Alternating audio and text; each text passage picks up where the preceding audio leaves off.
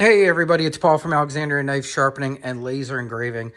I wanted to show you another potential fix for if you're having any tracking issues with your Vevor. I started having some issues, and there was one thing I noticed from the day that I got this machine, and it wasn't a problem in the beginning, but now that it's been used quite a bit, I started noticing I started having a little bit of tracking issues last week.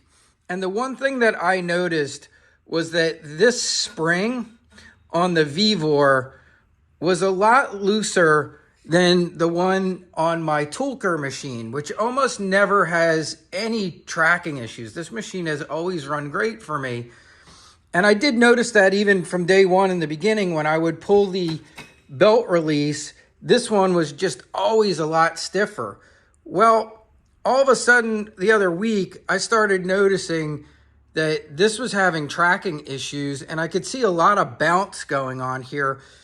So what I did was I took a sewing machine spring, and there's already a place right back here. And this is a 60 millimeter sewing machine spring.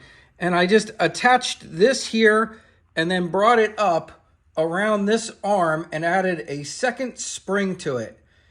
And it immediately solved the issue. This is much stiffer, but still capable of being released.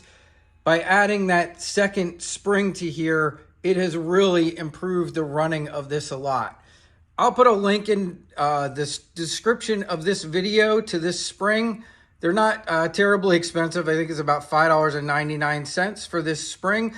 If you have done any Harbor Freight conversions, if you've built any of your own machines and kept the parts, you probably have these springs in your parts. So if you do have any older, things sitting around, you can, if you ever did like I did with my buck tool over here and built something with one of these motors, or if you've done it with the Harbor Freight models, if you kept all your parts, go look in your parts because you should have these springs. They're pretty standard on sewing machines.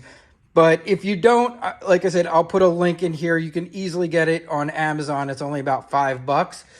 But that really solved my issue. I didn't have to drill anything.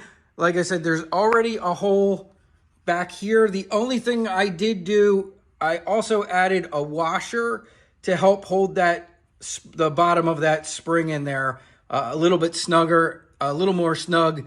And that is it. That's all I did. I just added that one washer. This is already here. You don't have to drill any additional holes. Just take this nut out, attach the second spring, and that might solve your issue if you're having some tracking issues, or it might be at least another potential solution to solving that for you.